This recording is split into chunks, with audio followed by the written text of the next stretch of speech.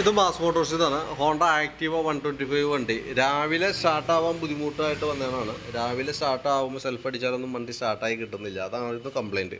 അപ്പോൾ നിലവിലെ കംപ്ലയിൻറ്റിൻ്റെ കാരണം എന്ന് വെച്ചാൽ ഈ ഇരിക്കുന്ന പെട്രോൾ ടാപ്പ് ആയിരുന്നു കേട്ടോ. അപ്പോൾ നമ്മൾ മാറ്റി പുതിയത് വെച്ചാലാണ്, പുതിയ ടാപ്പാണ് ഇപ്പോൾ സെറ്റ് ചെയ്തത്. കാരണം എന്ന് വെച്ചാൽ നമ്മൾ ഒരു പ്രാവശ്യം സെൽഫ് അടിക്കുമ്പോൾ ആയാലും നമുക്കിപ്പോൾ ശരിക്കും പറഞ്ഞാൽ വണ്ടി സ്റ്റാർട്ട് ചെയ്യുന്ന സമയത്താണ് നമുക്ക് പെട്രോൾ കാർബറേറ്ററിലേക്ക് സപ്ലൈ വരുള്ളൂ. അങ്ങനെയാണ് വരാൻ പാടുള്ളൂ.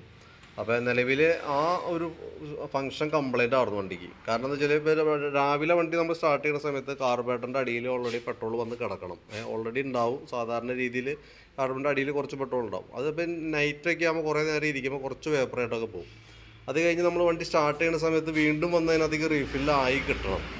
അപ്പോൾ ഇതിൻ്റെ ആ ഒരു ഫംഗ്ഷനായിരുന്നു കംപ്ലയിൻറ്റ്. കാരണം എന്ന് വെച്ച് കഴിഞ്ഞാൽ നമ്മൾ സെൽഫ് അടിക്കുമ്പോൾ ആ സ്പോട്ടിലൂടെ പെട്രോൾ ഇറങ്ങി വരുന്നുണ്ടായില്ല. അതാണ് അതിൻ്റെ കംപ്ലയിൻ്റ് ആയിരുന്നു കേട്ടോ. അപ്പോൾ അത് നമ്മൾ ക്ലിയർ ചെയ്തിട്ടുണ്ട്. പെട്രോൾ ടാപ്പാണ്, ഇതാണ് പെട്രോൾ ടാപ്പ് മാറ്റിയിട്ടുണ്ട്. ആ പൈപ്പും നമ്മൾ മാറ്റിയിട്ടുണ്ട്. പൈപ്പ് മാറ്റിയിട്ട് കാരണം വെച്ചാൽ അത് ഫുള്ള് ഹാർഡായിപ്പോയി. ഇനി എപ്പോൾ വേണമെങ്കിലും അത് പൊട്ടാവുന്ന ഒരു കണ്ടീഷനിലായതുകൊണ്ടാണ് നമ്മളത് മാറ്റിയത്. പിന്നെ അതിന് ശേഷം നമ്മൾ അതിൻ്റെ കാർബറേറ്ററും കൂടി ഒന്ന് അഴിച്ച് ക്ലീൻ ചെയ്ത്, കാരണം ഞാൻ ആ ഭാഗം കൂടി ഒന്ന് ക്ലിയർ ചെയ്ത് ഇടാൻ വേണ്ടി നമ്മൾ അഴിച്ചിട്ടുണ്ട്. കാർബറേറ്ററും കൂടി നമ്മൾ കൂട്ടത്തേക്കിടെ ഒന്ന് ക്ലീൻ ചെയ്ത് പോകുന്നുണ്ട്. കാര്യം നമ്മൾ കഴിഞ്ഞ ദിവസം ജനറൽ സർവീസൊക്കെ ചെയ്താണ്. നമുക്ക് വേറെ കംപ്ലയിൻറ്റ്സോ കാര്യങ്ങളൊന്നും ഉണ്ടായില്ല. പക്ഷേ ഇപ്പോഴും നമുക്ക് വണ്ടി സ്റ്റാർട്ട് ചെയ്ത് ഓടിക്കുമ്പോൾ അങ്ങനെ വേറെ പ്രോബ്ലം ഒന്നും തോന്നുന്നുണ്ടായില്ല. പക്ഷേ എന്നാൽ പോലും നമ്മളിപ്പോൾ ഈ ഒരു കംപ്ലയിൻറ്റ് അങ്ങനെ റിപ്പീറ്റ് പറഞ്ഞതും പ്രകാരം നമ്മൾ കാർബറേറ്റർ അഴിച്ച് ക്ലീൻ ചെയ്തിട്ടുണ്ട്. അപ്പോൾ നമുക്ക് അതിൻ്റെ ഈ സ്ലോ ജെറ്റൊക്കെ ചെറുതായിട്ട് ബ്ലോക്കായിട്ട് കാണുന്നുണ്ട്. അപ്പോൾ അതും കൂടി നമ്മൾ ക്ലിയർ ചെയ്ത് കൂട്ടത്തേക്ക് റീസെറ്റൊക്കെ ഉണ്ട്. അപ്പോൾ നമ്മൾ ആ ഫംഗ്ഷനായിട്ട് കറക്റ്റായി പൊക്കോളും കേട്ടോ.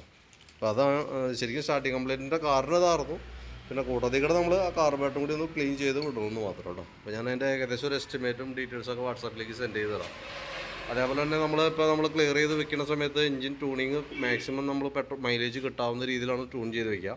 അപ്പോൾ നമ്മൾ ശ്രദ്ധിക്കേണ്ട കേസ് എന്ന് വെച്ചാൽ രാവിലെ സ്റ്റാർട്ട് ചെയ്യുമ്പോൾ എൻജിൻ കൂളായിട്ടായിരിക്കും ഇരിക്കുക. കാരണം നമ്മുടെ അറ്റ്മോസ്ഫിയർ, നമ്മുടെ അന്തരീക്ഷം തണുത്തിരിക്കുന്നത് കൊണ്ട് തന്നെ രാവിലെ സ്റ്റാർട്ട് ചെയ്യുമ്പോൾ ഈ ചോക്കൊന്ന് ഓപ്പൺ ആക്കുക, ഇങ്ങനെ ഒന്ന് വലിച്ചു വയ്ക്കുക, വണ്ടി സ്റ്റാർട്ട് ചെയ്യുക. അപ്പോൾ വണ്ടി ഓൾറെഡി പെട്ടെന്ന് സ്റ്റാർട്ടായി കിട്ടും. അതിനുശേഷം ഒന്ന് റേസ് ചെയ്തതിന് ശേഷം ഈ ചോക്ക് ഓഫ് ചെയ്യുക. അതാണ് ശരിക്കും കറക്റ്റ് റൈറ്റ് മെത്തേഡ് കേട്ടോ.